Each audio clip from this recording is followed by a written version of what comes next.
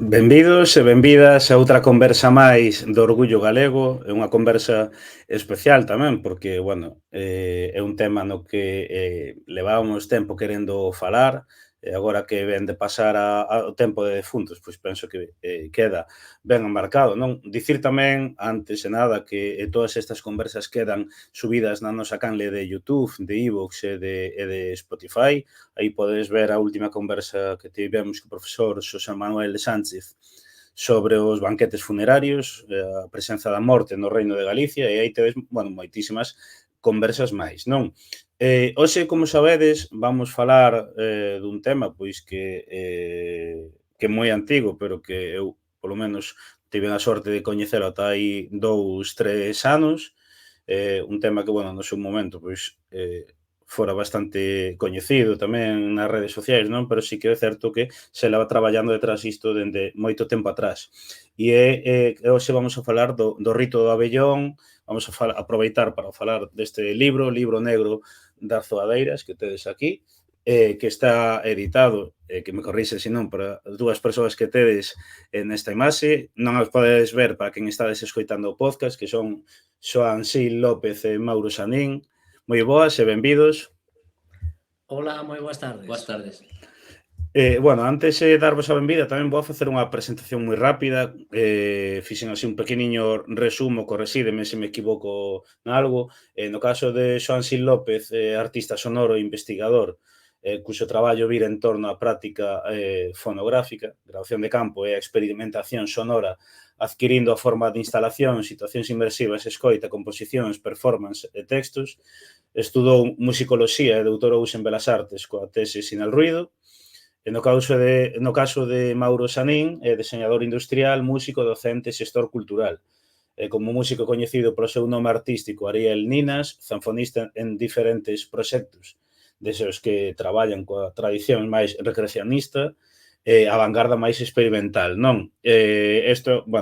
Sei que fixestes moito máis, pero é así un pequeno resumo para darvos tamén a coñecer a audiencia, non? E como digo, darvos a benvida e por anticipado as grazas pois por poder estar nestas conversas Orgullo Galego.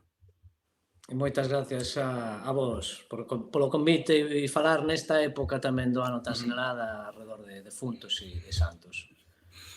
Esta vai ser unha conversa, como digo, que aínda vamos a entrar un pouco neste tema, non? Sí que quería, pois, que eso, xirar en torno a este libro, e principalmente este rito do abellón, non? É un pouco, pois, centrado nas vosas investigacións para poder sacar adiante este libro, non? Entón, comezando un pouquiño, xa, eso, por os inicios e todo, non? Quería saber un pouco como xordeu eso, a idea pois de poder comezar a investigar, non? Sobre este rito e tamén a escribir este libro que deu nesto que temos aquí, non? Pois, como explicabas antes, o meu traballo se centra sobre todo na idea da paisaxe sonora, non? A través das grabacións de campo. Entón, a mí sempre me interesa moito a idea tamén da mímese sonora, como o ser humano se relaciona coa súa contorna a través da imitación de certos sons. Moita xente que me coñece sabe as miñas teimas, pois a veces me dá pistas de cousas que poden ser interesantes. Neste caso, a miña parella, Yolanda, escoitou hai xa tempo alguna información deste ritual, non? Hai un ritual en Galiza no que está relacionado ca imitación dos sons das abellas. Entón, iso estaba aí moi latente. Estaba na miña cabeza, pero non sabía moi ben que facer con eso, non? Entón, a partir de aí, Mauro tamén traballa moito colaboramos en algúns proxectos que tiñan que ver ca idea dos bordóns, do que é a música dron, non? Mais experimental, e tamén por aí conectaba un pouco das abellas. Nun momento nos convidaron, non? A un foro aquí en Santiago, foi onde colleu un pouco de forma, a idea de facer algo con esta idea do abellón.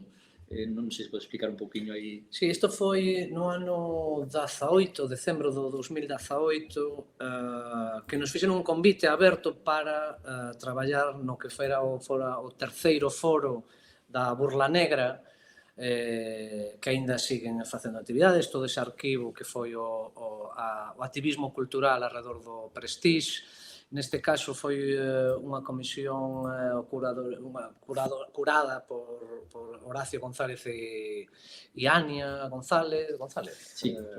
e aquí en Santiago de Compostela, e nos falaron de facer algo relacionado con esas xornadas e algo relacionado coa morte e coa arte sonora. E foi xusto nesa época que toda esta divagación, preocupación sobre ou a raíz da danza do abellón que xurdira da conversa con Xoán Xil, que decidimos facer o que explicaremos a continuación dentro do marco da nosa colaboración artística por medio de Ulovit, que foi e aínda é un trío entre Horacio, Xoán Xil e máis eu, no que mesturamos arte electrónica, arte visual e zanfona e sonoridades máis tradicionais. E como foi un pouco, quero dicir, o proceso de investigación, non? Porque o certo é que, claro, tampouco hai demasiada información, non? Verémolo logo tamén, pero digamos que todo o que hai recollido nos últimos 100 e pico anos cara atrás é prácticamente escaso, non? Entón, un pouco como desenvolvistes este proxecto? Un pouco conectando co que comentaba Mauro, o primeiro nese encontro, nese foro, non? Alrededor desta idea de Burla Negra e un pouco a idea da morte no contexto da arte, nos preparamos como un obradoiro e buscamos algún tipo de elementos que tiveran unha sonoridade que conectase cos sons das abellas. Non só o que é o propio son do abellón, que non sabíamos que era esa idea de danza circular, coa imitación das abellas ca voz, senón buscar algúns dispositivos que puderan tamén imitar as abellas. E aí onde ampliamos un pouco esa idea das zoadeiras, o que en castelán se chama bramadoras, ou bullroar en inglés.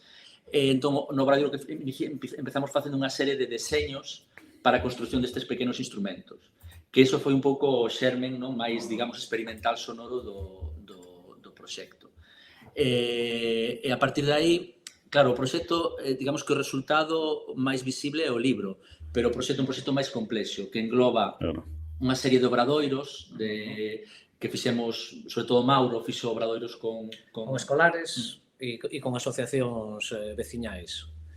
Iso foi desde o ano 19 ata casi todos os anos ao redor de Santos chamannos para facer algún porque, bueno, é algo moi participativo, e moi interesante, construción de brinquedos sonoros para imitar o zunido das abellas, o que son as zoadeiras. Entón, a partir de aí, como estábamos xa empezamos a traballar, como que xa entramos no universo dos zunidos, non? Do son das abellas, empezamos bueno, eso ten que ter vamos a investigar un pouco, de forma intuitiva, que relación hai en todo isto. Entón, as cousas empezaron como a encaixar, non? A miña formación é de musicólogo, pero con bastante un peso importante do que é a etnomusicoloxía na Universidade Nova de Lisboa. Entón, todo o que é a metodoloxía, ainda que son artista, compositora, ao que é a metodoloxía de investigación, os procesos de investigación están moi arraigados nesas liñas de traballo. Entón, empezamos a investigar e intercambiar información sobre a relación a imitación das abellas con diferentes rituais en diferentes culturas. E digamos que todo empezou a encaixar, porque de repente, eso que fora unha intuición de usar zoadeiras para imitar os sons das abellas, empezamos a ver que en outras culturas realmente se facía, e que en algunhas delas esa imitación, xa fose con instrumentos, xa fose ca voz, ademais estaba conectada con ritos funerarios. Entón, foi cando xurdiu esa idea de vamos a escribir algo sobre isto, obviamente, dun punto de vista máis especulativo, como moi ben distí, hai moi pouca información, entón é o que comentamos, non? Como unha serie de referencias que nos lanzamos, que obviamente están contrastadas, partimos de investigacións de outros antropólogos, etnógrafos, e as poñemos en conxunto dándolle unha forma e un relato para que a xente se achegue a isto. Pero digamos que é un relato moi aberto, non? É como unha especie de cartografía para chegarse, unir estes puntos que falan da idea de as poboacións rurais, dos rituais de morte e a súa relación cas abellas. E o que son actividades universais, históricas, resulta que tamén aparecen na tradición cultural galega. E aí un pouco de onde nace o nome do proxecto, do libro, e o xermolo do primeiro capítulo deste libro Negro das Zoadeiras, que é un poema que publica Alfredo Brañas a finais do século XIX e que, como ti dis, unha das poucas, se non a única referencia documental na Galiza ao respecto, porque todas as que viñeron despois están referidas a esa primeira. Eso, claro. Son Claro. referencias a ese poema que de Alfredo Brañas. E un pouco nas vosas investigacións, claro, temos iso, non? Este poema de Alfredo Brañas, temos un pouco as análises que hai posteriores, non? Que tamén parten de hipóteses, non? Claro, non sei se nas vosas investigacións, aínda que non toque exactamente igual o que os obxectivos o que iades facer, quero dicir, cando queremos documentar algo, non? Por exemplo, os magostos ou, bueno, outro tipo de cousas, sí que é certo que nos últimos 100, 200 anos atopamos bastante información. Sen embargo, nesto non é así. Non sei se isto ten que ver con que puidese ser, por unha parte, un rito que se celebrase en zonas moi concretas de Galiza ou que xa estivese nun proceso de desaparición. Non sei se traballaste sobre algún tipo de hipótese sobre isto, non? Claro, eu creo que aquí nos movemos nun espazo un pouco difícil de definir, non? Hipóteses. É un ritual, de feito, o poema de Alfredo Brañas, o que está reclamando, é dicir, é curioso, porque Alfredo Brañas tratou de criticar este ritual, porque é un ritual pagán, para que a Igrexa puxera fin a este ritual, e na súa teima, non?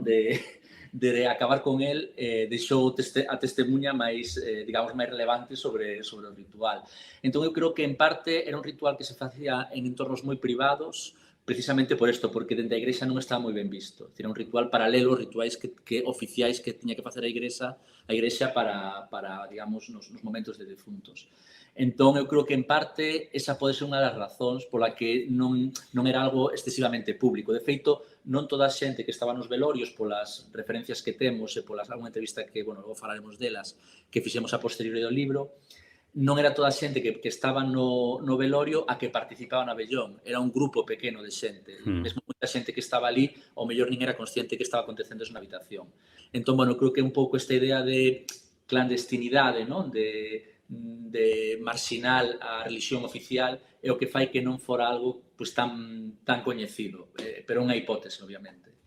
E tamén é que denotar que nesa falta de documentación, posiblemente polo que dice Xoan Xil, e a falta de documentación ten que ver con esa persecución máis ou menos velada que houbo de cara ao que hai, de facto, a procesos non oficiais. Entón,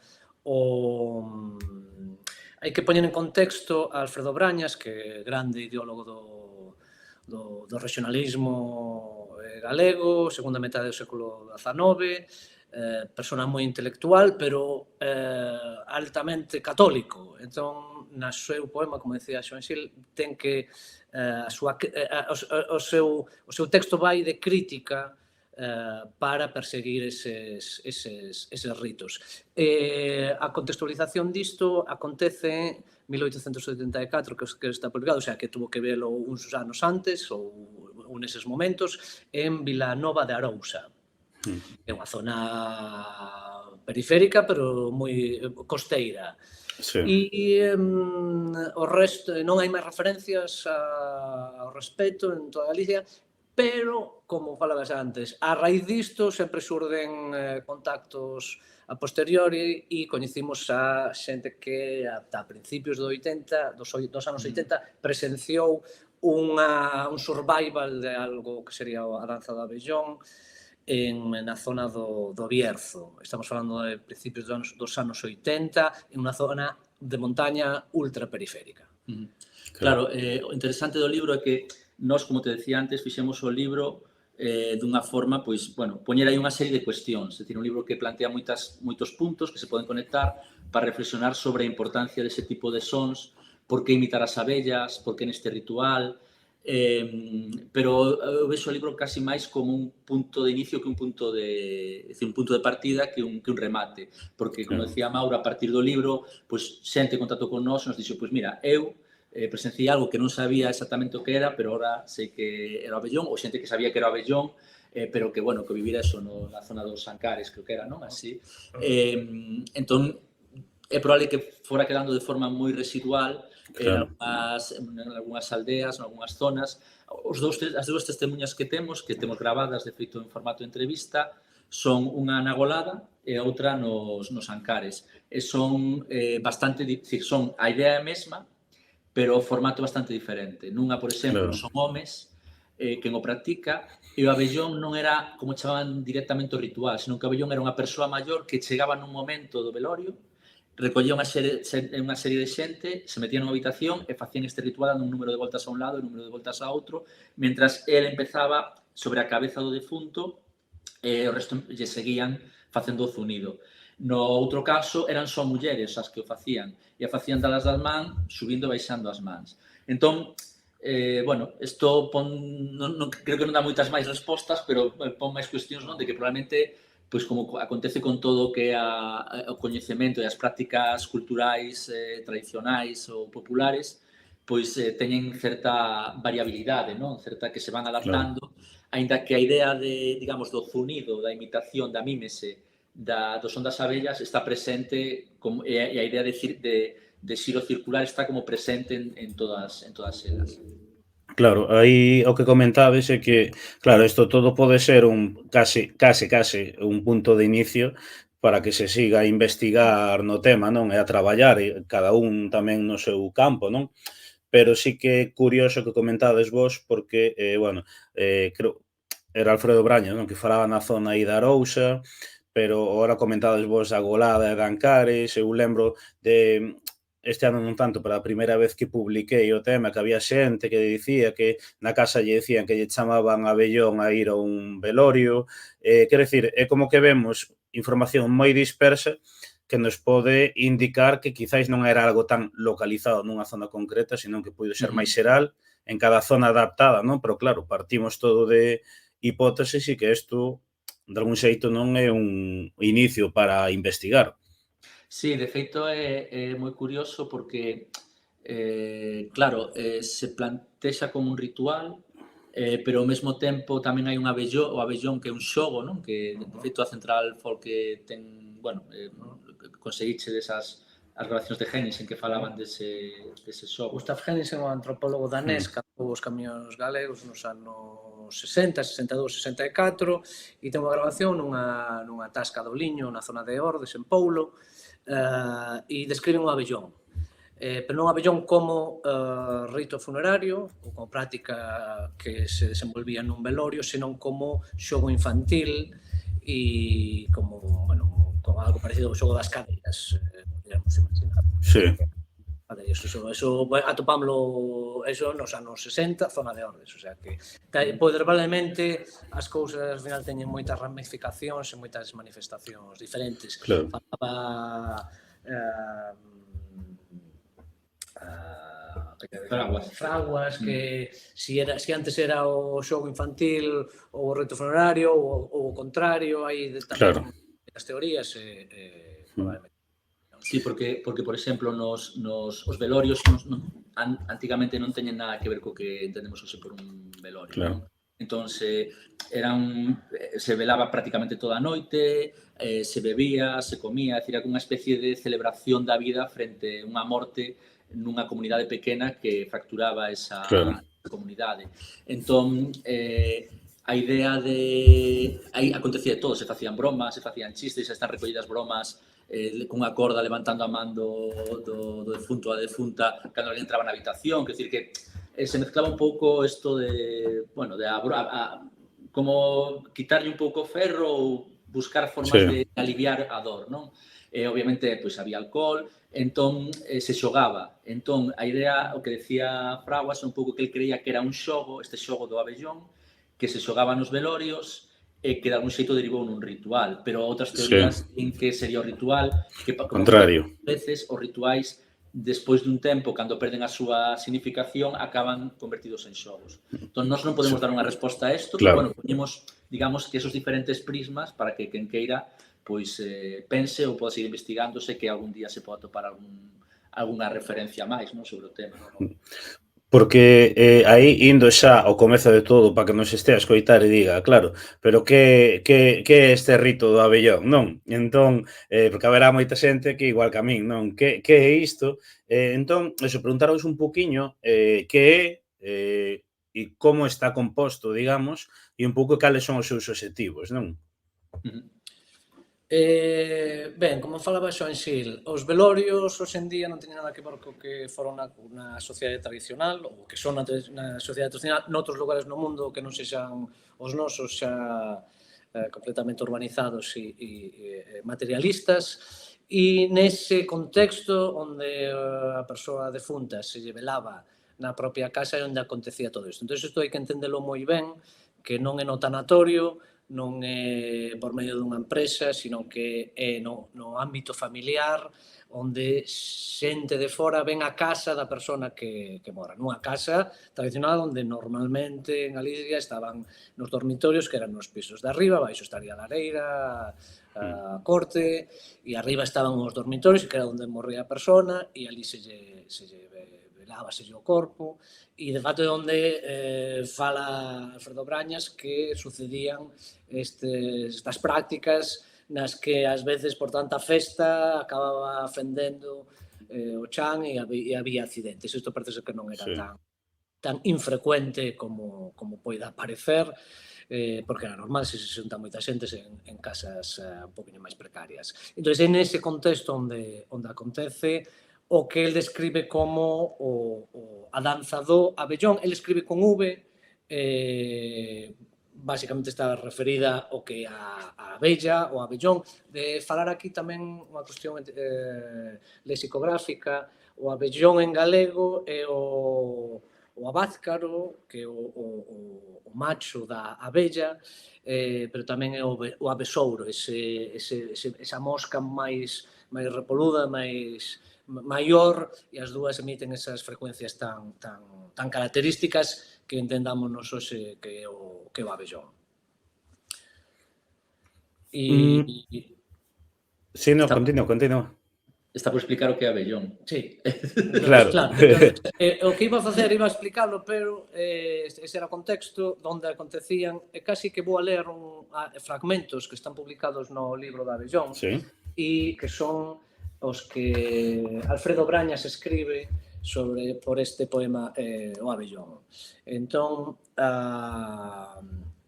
nesta sorte de velada macabra, moi avanzada a noite, pouco a pouco viñeron moi calados tíos, curmáns, parentes e achegados, o mesmo que si fora en procesión. En un cuarto que está cerca da morta, arrempuxeron entrando pola porta as mociñas e os mozos do abellón. E aquí aparece referida a palabra abellón. Sentáronse no chan todos a roda, ou seja, que estaban sentados en roda, en círculo. Aquí xa se pon interesante a cousa. Primeiro unha garrafa de augardente correu de man en man. Logo un enchente de sardiñas salgadas se tomou, e no preve das mesmas cousa boa, fixeron sopas con algunha broa que en riba dos mantés esnaquizou. Siguen falando da festa, e entón falan xusto nese momento do que sería a danza do abellón, imitando a son do insecto que dá o nome ao rito, coa estricta norma de non parar baixo o risco de atraer a morte. Continúa Alfredo Brañas. Collidos pola man os concurrentes e fungando baixiño entre os dentes, fóronse da morta á triste habitación, e voltando ao redor da defuntiña, o vello, a abella, o mozo e a mociña fungaban como funga un abellón. Pobre daquel que dese algunha fala ou de bulir deixase pola sala. Sinal era de morte non fungar. As honras do abellón son tan precisas como son pros cregos moitas misas e o gando e o ligón para labrar.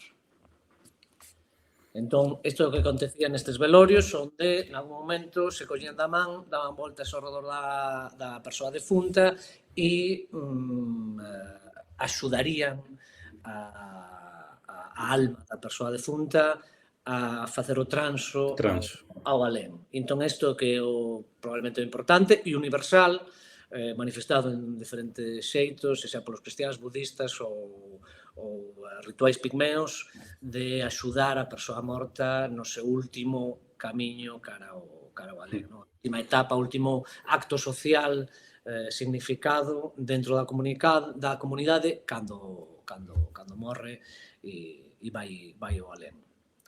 Claro, porque aí unha dúbida que tiña, non, para preparar esta conversa era que entendía que sí, e que ás veces, moitas veces, comparar con outras culturas pode axudar tamén a entender o de aquí, e se atopaste representacións semellantes noutras culturas, noutros povos, non? Digo tanto, porque claro, ao final a abella é un animal sagrado en moitísimas culturas, mesmo nas culturas da Península Ibérica, pero tamén nos exipcios, bueno, moitísimas culturas, non? E se hai, digamos, eso, representacións noutras culturas, un rito semellante, ou, digamos, a presenza tamén nas crenzas esas culturas da abella que nos poida facer entender isto, non? Sí, a conexión da abella coa idea de alma sí que está presente en moitas culturas diferentes. Por exemplo, sí que hai prácticas que utilizan o zunido como un elemento vinculado a rituais de morte, por exemplo, cas zoadeiras, que é onde entran no libro a parte esa das zoadeiras, non tanto ca boca, non? Por exemplo, en Australia se di que o bull roar era a zoadeira que imita fai ese zunido que imita realmente a voz dos defuntos, dos antepasados, non? Entón,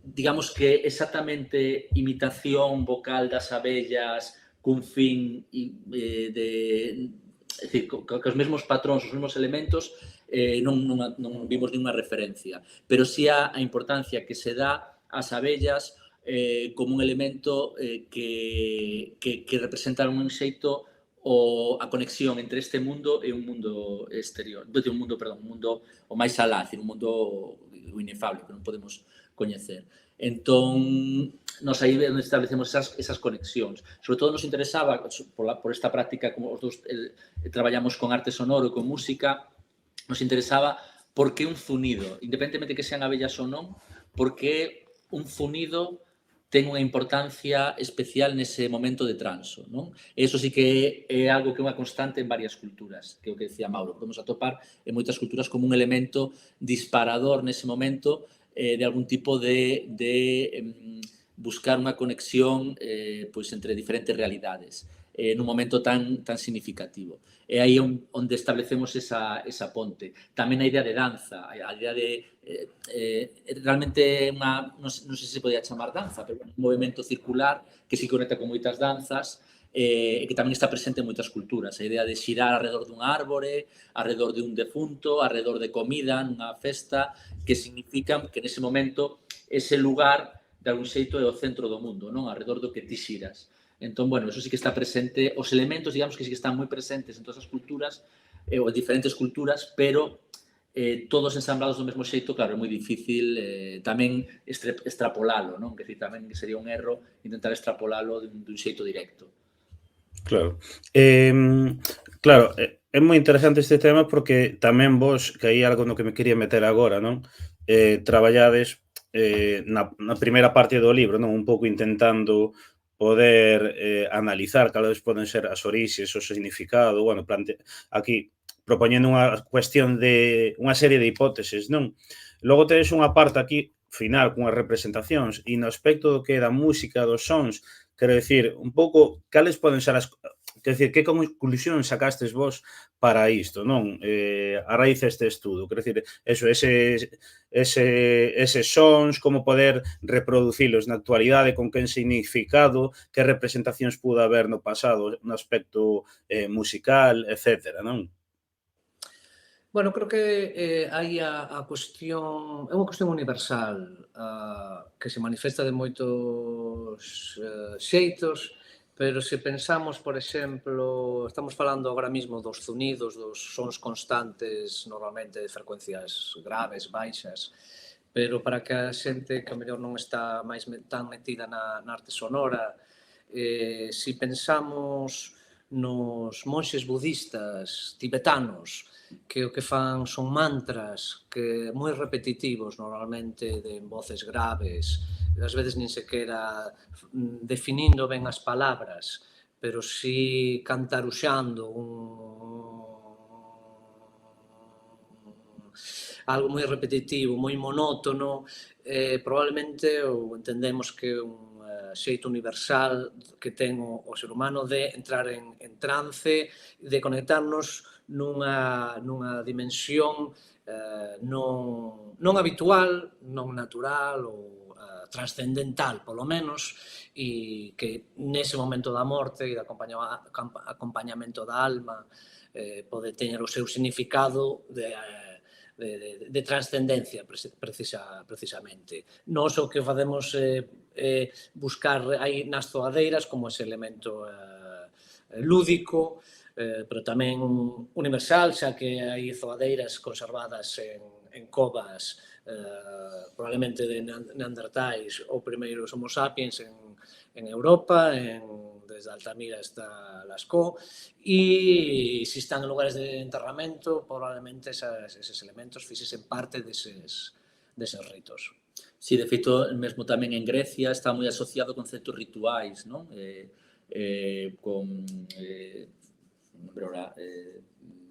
Hai órficos, non? En Grecia, bueno, con diferentes rituais se utilizaban pois este tipo de elementos para crear pois estados, por exemplo, alterados de conciencia.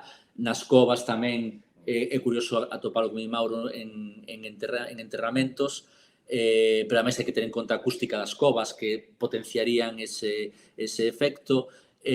O atopamos tamén en Castela, recollemos algunha cita, non? Que falaba de que, por exemplo, a xente maior dicía aos nenos, cando xa eso, que algo que nun principio se cree que era un elemento ritual, remata sendo un brinquedo, lle decían aos nenos que non o usaran porque podían levantar tempestades e arruinar as colleitas. É dicir, que como que está nese limbo, non? De xogo, pero sí que a idea do son como un cinido, como un elemento capaz de xerar un estado, como din, por exemplo, en Bali falan de que, na cultura en Bali falan de que a danza e a música, cando se utilizan de un xeito adecuado, poden conectarnos con outra persoa que temos dentro, non? Creo que un pouco como eles entenden esta idea, é dicir, todos somos conscientes de que a música pode obrar esa transformación e reencontrar algo que no caso do contexto funerario, pois polo que nós temos leído e polo que reflexamos no libro, estaría máis vinculado con esa idea de axudar o transo, relacionado con moitas outras prácticas que se facían en Galicia, non? Pois tapar os espellos, abrir as ventás cando alguén morría, porque eso sí que é unha constante en casi todas as culturas. A alma non debe ficar no mundo dos mortos, debe ir a outro mundo, porque senón eso é algo que queda irresoluto e hai que solucionalo. Entón é algo importante. Despois quería comentar unha cousa que me chamou a atención a raíz do que comentaba antes de que o libro é como un punto de partida. Hai pouco falaba con unha persoa que está moi interesada en temas dentro do punto de vista da neuroloxía, que a idea da morte, me falaba de que varios estudos últimamente están demostrando que o último sentido que nos perdemos cando morremos é o do oído.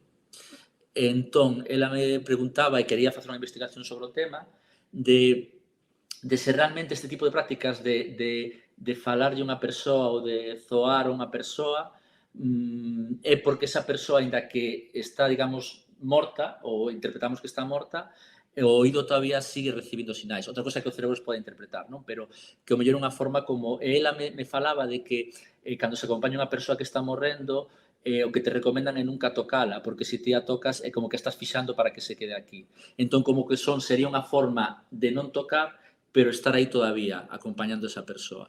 Entón, bueno, esta hipótese tamén me chamou moita atención, que podería engadirse as hipóteses, non? De por que chega alguén nun momento ou se xunta unha xente nun momento cando a persoa está morta, pero mellor ainda percibe algunha cousa, e se fai este zunido, non? Como unha forma de... que a mellor detrás desto hai algunha cuestión tamén intuitiva, fisiolóxica. Xa digo, estas son hipóteses, pero bueno, a mí me resultan moi atractivas. Non te escoitamos. Agora sí. Sí, ahora sí. No, quero dicir que confirma un pouco que falamos, non? De que está todo por investigar e hai aí, pois, moitas teorías que sí que é certo que necesitan ser, pois, desenvolvidas máis. E eu, a raíz desto, tamén, cando publico, non? Pois, sempre destaco un pouco algúns comentarios interesantes, non? Por exemplo, tiña aquí dunha persoa que dicía que esta práctica sonora a través da respiración é chamada na filosofía yógica, Brahmari Pranayama, a respiración da abella, practicada para calmar a mente, reducir o ruido interno, mellorar a concentración, claridade mental, etcétera, non? Falan por aquí tamén de reconexión das almas, danzas terrenais, sons e meditacións, hai moitas cuestións aí que se poden tocar, non? Que está por desenvolver. E tamén eu entendo, non? Que quizáis hoxe isto igual algunha xente que nos escoita pois non lle vexa moito sentido ou incluso vexe un pouco tétrico, non? Pero claro, isto hai que contextualizalo todo nun modo de vida, nun contexto social no que a visión que se tiña sobre a morte era radicalmente distinto a hoxe e como se velaba esa persoa, non? Sí, a verdade é que na nosa sociedade o tema da morte o tratamento da morte na nosa sociedade actual é tráxico. O xeito que temos a acompañar hoxe en día as persoas que morren, como sempre foi na historia humana, está por resolver, está por superar, e probablemente non o sexa nunca, pero a desnaturalización que temos dese momento é terrible e unha das causas é por ter trasladado ao lugar de velar os mortos, non na casa onde viviron, senón nos tanatorios. Isto é algo que igual deberíamos reflexionar como sociedade. E ademais que, claro, aquí sin querer ora quitarlle importancia, non? O que é un falecemento, obviamente, pero quero dicir, quizáis antes había eses mecanismos colectivos que te axudaban a poder sair adiante mellor, non? Que hoxe, claro, unha das elementos fundamentais son os psicólogos, que é necesario, por suposto, nalgúns casos tamén os tratamentos, non? Pero quero dicir que ese respaldo social da comunidade creo que tamén é unha ferramenta que perdimos e que quizáis é necesario, se se pode algún día, recuperar porque pode axudar ás persoas, non? Esas ferramentas, de facto, son axudas ás persoas para superar ou para afrontar eses momentos. Os velorios dunha persona maior non eran, obviamente, os mesmos que o dunha persoa nova ou dunha morte inesperada, e todas estas prácticas, con certeza, son xeitos que ten a sociedade, as comunidades de superalas. E a hora de desenvolver este libro, quero dicir, de desenvolver non, unha vez que xa está publicado, xa está en circulación, quero dicir, tivestes contactos, pois eso, de persoas, incluso de persoas de outros lugares que non se xa Galiza, non? Que vos puideran informar sobre isto, ou interesarse, ou que vos puideran axudar a contextualizar, pois, eso, pois neste sitio facías isto, fora de Galiza, non? Quero dicir, non sei se un pouco eso, como foi, digamos, a acollida unha vez saiu o libro, non? Tendo en conta que é unha cuestión dun tema moi concreto. Sí, un tema moi concreto que ademais coincidiu coa pandemia. Nós este proxecto desenvolvímolo no ano 2019 e o libro físico chegounos en finais de xaneiro, mediados de febreiro de 2020 e despois ficamos todos na casa. E non... É un libro e un proxecto porque non só un libro, tamén fixemos videoarte con eles e fixemos performances, ademais dos obradoiros, e aínda hoxe nos están a facer referencias sobre el, pero casi todos en territorio nacional. E un pouco, neses obradoiros, por curiosidade, que desenvolvedes aí? Que é o que facedes? Aí, sí, aí o libro, como falabas ti antes, a primeira parte é un ensaio sobre todos estes temas que levamos falando e a segunda parte, que de facto foi como comezamos nós naquel obradoiro do Foro da Burla Negra, é unha guía de construción de zoadeiras. Sí. Entón, realmente nos obradoiros que facemos moitos, temos feito moitos para escolares, xente miúda,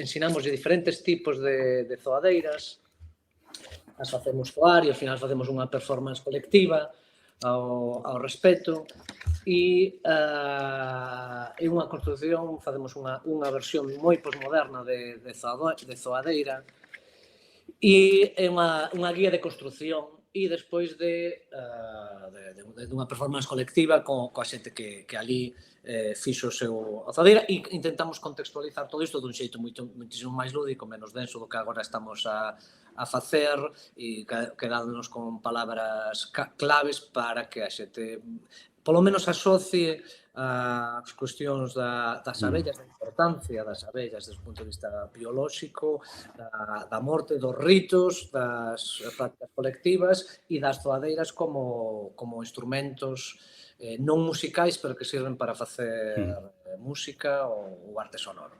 É bastante experimental no sentido de que moita xente ve así o libro e pensa que as zoadeiras se utilizaban no ritual do abellón, non?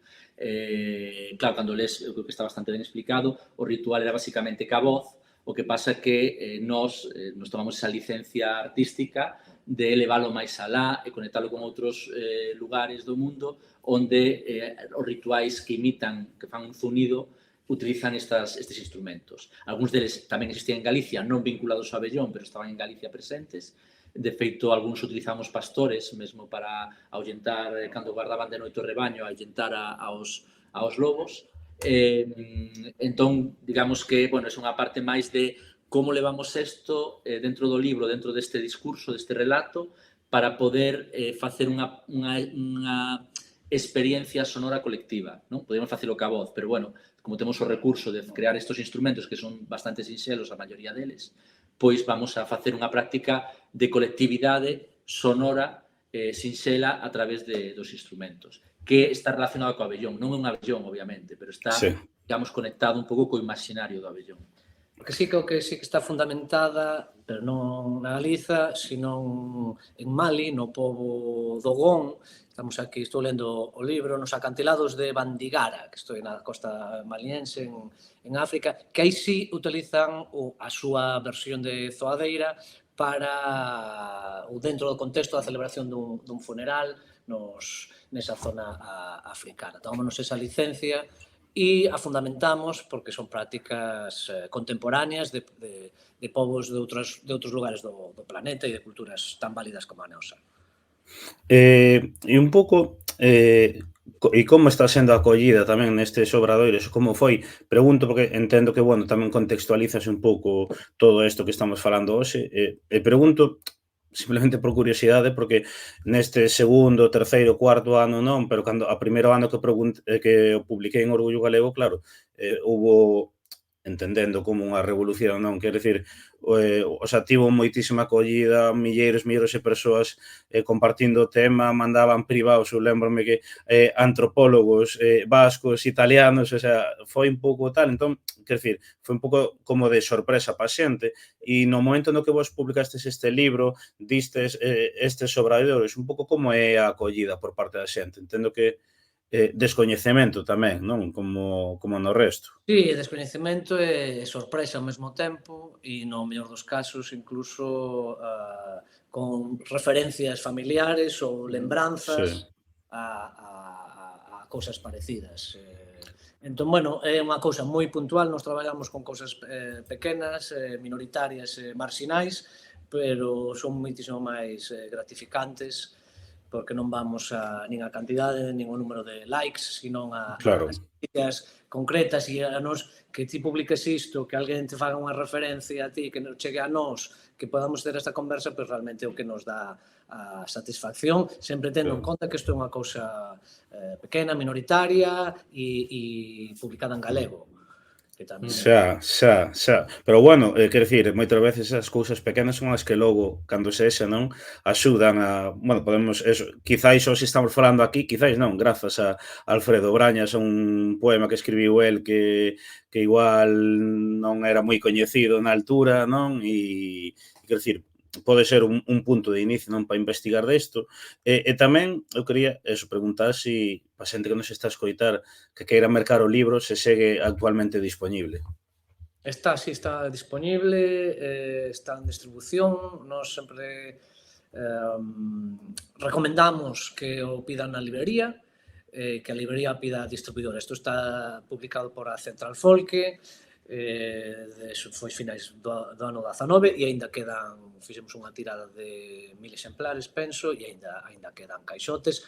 Ou ben non los poden comprar nos directamente cando vamos ás feiras, por exemplo, ao Culturgal ou a Selic, ou pedilo, nos recomendamos que a xente o pida en librería para que a librería, se non o ten, o pida a distribuidora e que sexan as distribuidoras, librerías, editoriais e autoras que repartan ao gaño deste libro.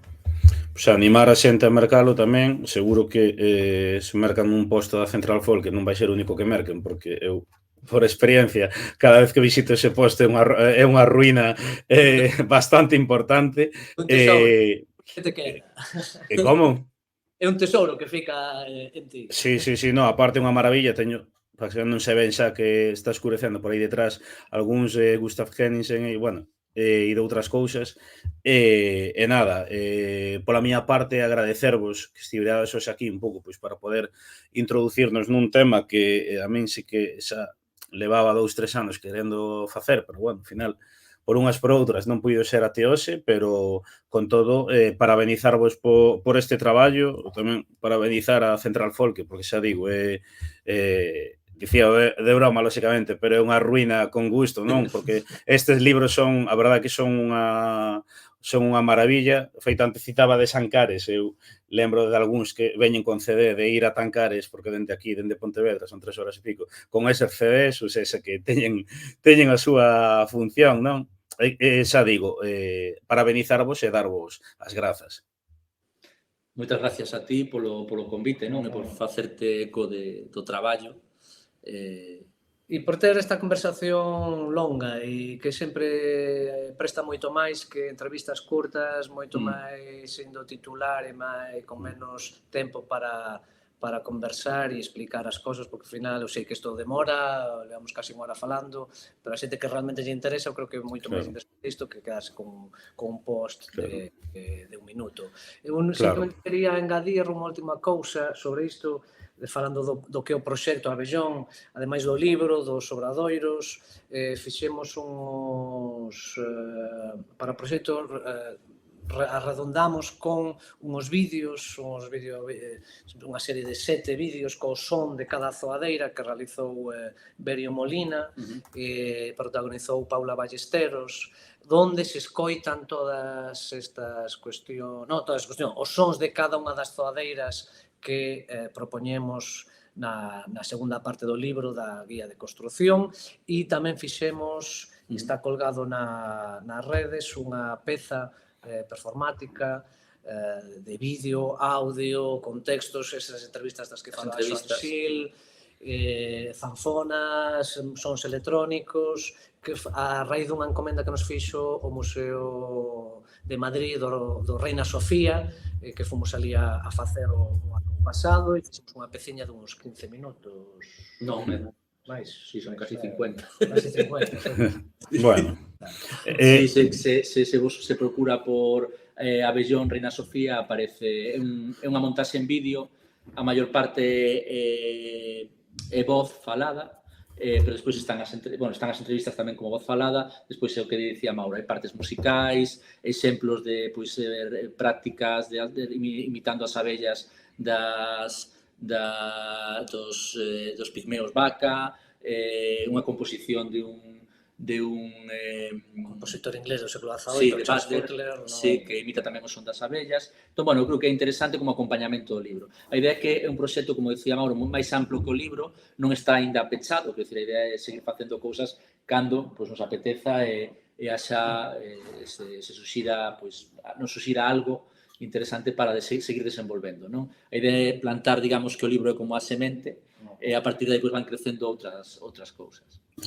Deixarei na descripción o enlace, teño aquí xusto o vídeo, son 47 minutos, efectivamente, pero está ben, porque eu, lanzando o que comentades antes, agora quero seguir facendo estas conversas porque ora nas redes sociais que fomentan o dos vídeos en menos de un minuto, porque senón perdes likes e o algoritmo oculta o teu contido, non sei que, pois eu personalmente, bueno, e todo isto como xa está afectando, pero isto dá para outra conversa, na capacidade de concentración de moita xente, de ver contido moi corto, pois frente a iso, seguir facendo estes contidos reflexivos que eu creo que son necesarios e que axudan un pouco máis a coñecer todo isto, non?